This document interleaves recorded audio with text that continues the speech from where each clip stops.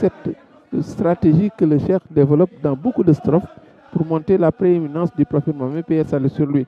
Nous avons vu qu'il y a un effet de contraste que le cheikh cultive pour montrer la grandeur du prophète Mohammed, paix et salut sur lui, mais ce caractère majuscule de ce prophète, et il y a toujours 6 vers qui tentent de mettre en évidence cette grandeur du prophète, et le 7e vient constater une fracture, une rupture, où le cheikh se montre comme un tout petit serviteur, ou bien dont l'ambition est d'être un serviteur du prophète, du Dieu le Très-Haut.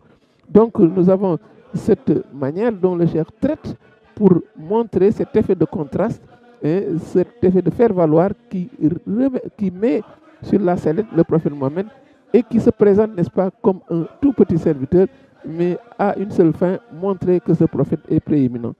Et il y a une dernière illustration pour cela, ce sont les vers 31 et suivants. Dans ces vers, on remarque qu'il y a des propos qui sont marqués, très marqués par la louange, et le cheikh, parlant du prophète, a pu dire, vers 31, il est le chef dans les cieux et sur terre. Vers 33, ses dons sont abondants et inépuisables, car le pouvoir de son Seigneur est illimité. Au vers 34, il dit, de ses faveurs découlent les faveurs, les dons des prophètes, des envoyés et des saints.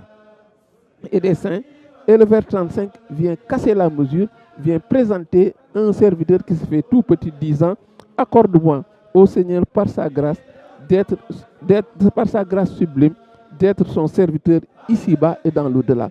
Voilà donc une dernière illustration de cette stratégie que le cheikh développe pour montrer la grandeur du prophète, mais également cette manière dont il se répétisse de façon volontaire pour mieux magnifier cette grandeur du prophète. Il y a également cette constante que nous avions dite la dernière fois, il y a le constat manifeste de la dominante élogieuse qui est dans le poème, mais nous avions annoncé dans l'introduction qu'il y a des thèmes complémentaires qui viennent se greffer à la thématique de départ. Aujourd'hui, nous allons en tirer un. La prochaine fois, peut-être nous évoquerons les autres. Mais celui-ci est la thématique de cette soif qu'il avait.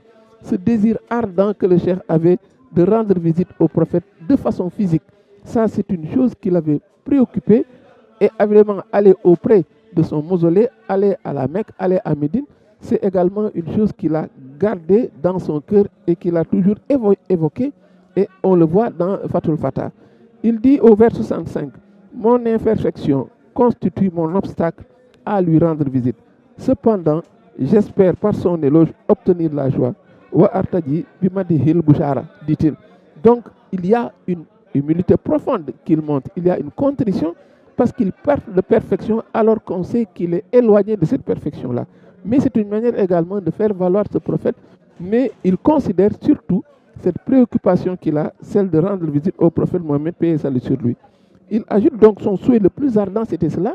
Et ce vers qui suit, le vers 66e, montre à quel point, encore une fois, il considère ce prophète. Il dit, quelle béatitude j'aurais eu s'il m'était donné de placer ma joue sous son pied ou qu'il sente ma présence, tellement il est noble. Donc voilà également un autre vers, mais qui montre cette considération majuscule qu'il a pour le prophète Mohammed, paix et salut sur lui.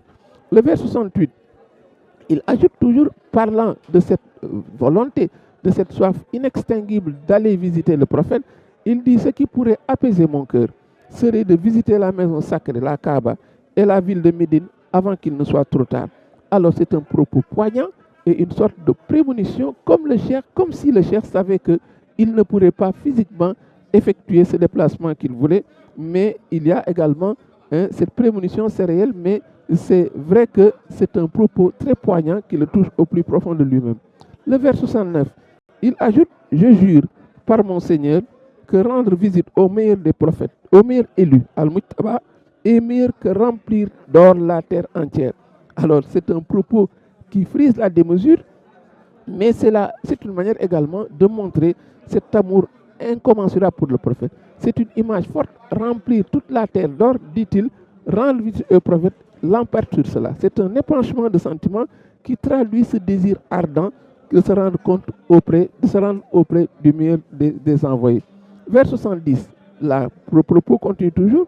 Accorde-moi, dit-il, ô Seigneur, la faveur de visiter la maison sacrée et la ville de Médine, une visite exempte d'ostentation.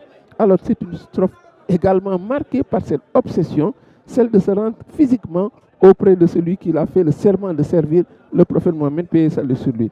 Alors, pour comprendre cette attitude, pour comprendre cette volonté, pour comprendre cet attachement farouche du prophète, du